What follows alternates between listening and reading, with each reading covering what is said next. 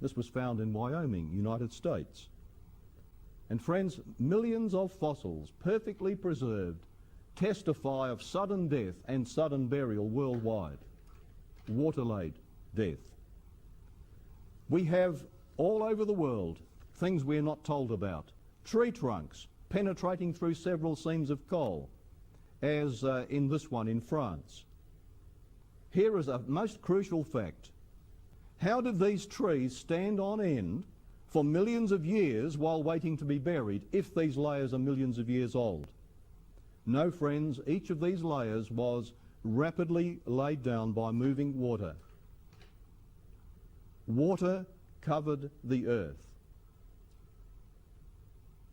And as the water continued, eventually the time came, as the ocean basins were expanding, to remake the surface of the earth in this great disaster, that the water ran off, leaving behind these high water marks which you see all around the world.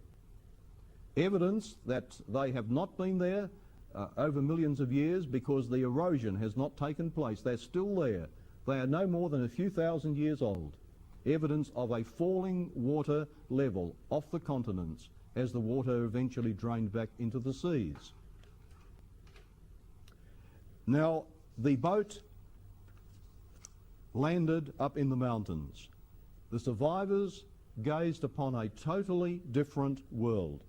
Barren wastes, bleak and sterile hills, and extreme hot and cold. New mountain ranges were still being thrust up.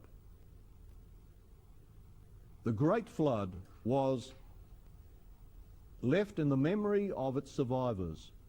And as these people fanned out, this became the most universal memory of mankind. We have over 600 different legends worldwide of this great worldwide flood that destroyed a world, and a handful of survivors survived. For more than 2,000 years, there were reports among historians from Egypt down up to Greece to Mesopotamia that pilgrims used to visit the remains of the Ark, and some of them would take amulets and make lucky charms from parts of the Ark's remains.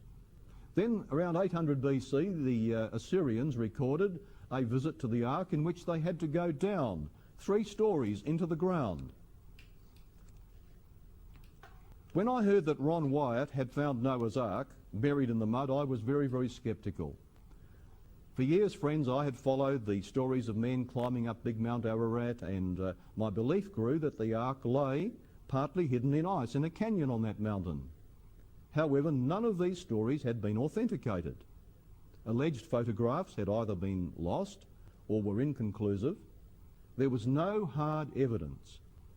I did not want to believe that this thing found by this man under mud on a hillside was Noah's Ark. I was very, very sceptical about the whole matter. And then I read an article in a Christian magazine which was ridiculing Ron, and that made me firmer than ever in my opposition against him. But however, I did decide that I would put my money where my mouth was. So I flew across to the United States, and I decided that I would confront this man with these questions.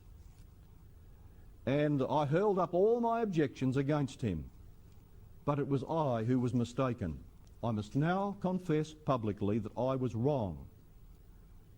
The solid evidence was there, and my arguments one by one evaporated. So I joined the team.